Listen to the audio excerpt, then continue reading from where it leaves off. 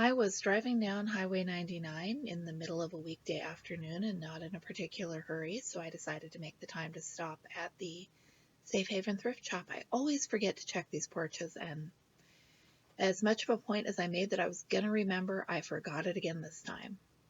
I'm Michelle from Michelle's Romantic Tangle, and I'd like to take you thrifting with me. The front porch of this shop, I have found some great things out here. They didn't have any craft supplies this time. If I had been in the market for a purse, they had great deals. Or pretty decorative jars. I didn't look at the price on those. If I'd been thinking of making Halloween apothecary jars, maybe I would have looked, but I'm being picky about my purchases right now. Those acrylic paints are 3 for $1.50 each, and I swear I've bought my kids cheaper acrylic craft paint than that at the Michaels lowest prices of the season sale, so I was a little confused about that one. And I got so distracted about the display of faucets that I didn't even notice the yarn that was right next to it.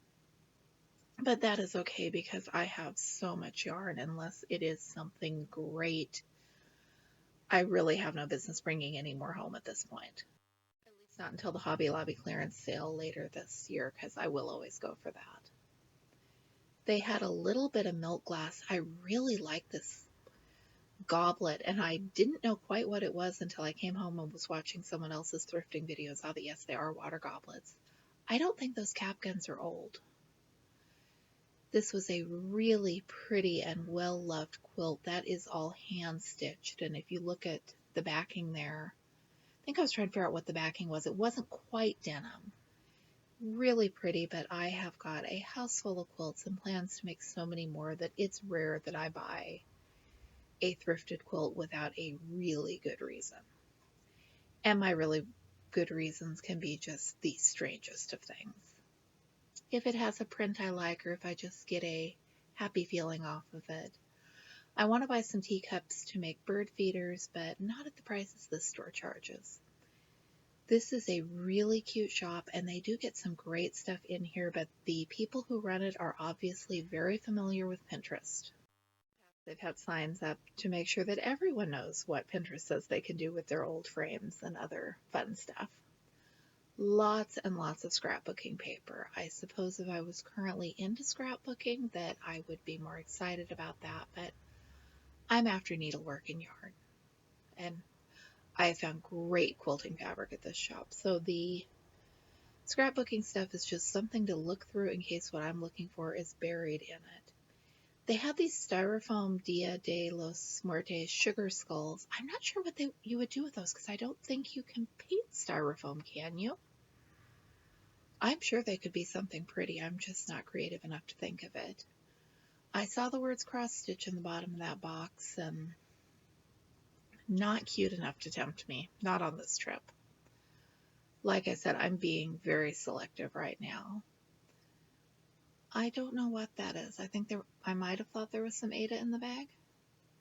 And there was this, it's a brown and white gingham check even weave. It came home with me for 50 cents. I don't know what I'm going to stitch on it. Maybe something along the lines of that Canner's Kitchen project I'm doing. If I did something full coverage in the middle of it that overshadowed how dramatic that fabric is. Unopened black Ada, but they wanted $3 for it, and I'm sorry, I think I can get it for close to that at the craft store with a coupon, so not tempting. Waste canvas is not tempting.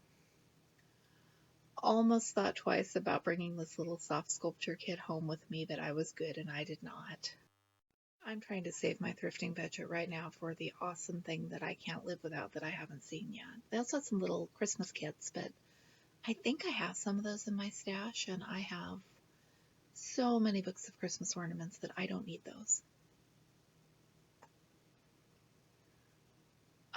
Cords, I don't know what that, oh, is that, look down there. Nope, that is cords or laces or something. I thought for a moment maybe I'd missed some floss. It's always interesting when I come home and rewatch these clips of video to record narration over them, I will see stuff that I didn't even notice when I was in the store. And then people will leave comments about things that I didn't notice even after rewatching the video. I always forget that this store has clothes. They don't have very many, and I'm not looking for clothes these days anyway. If I want to go clothes shopping at the thrift store, we head to the Goodwill bins because I find cute, cheap things up there that I don't have to think too hard about whether I want it or need it. So I mostly restrain my clothing purchases to there. Those are some cute lamps. And I am still puzzled. That has to be a mannequin I just walked past because there was no one else in the store with us, and I don't think that that was my child. Although the color of the jacket, it could have been. This gorgeous old stove is a permanent fixture here, and they've always got cool vintage stuff on it.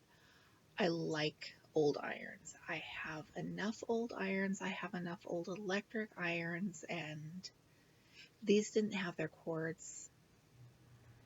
There's a sad iron there hiding among the stuff. And my son found a cornucopia. He had been looking all day for a cornucopia to sneak up on me with, and that was the only one in any of the stores, I think. Someone's chicken collection. I kind of like this cookie jar, but I don't have the counter space for a cookie jar, and there are so many gorgeous cookie jars out there. I have one or two in the attic that I don't have space for that I should probably get rid of, and I shouldn't be buying more. That Ham's beer bear, I don't know why he conjures up so many childhood memories because my parents didn't drink.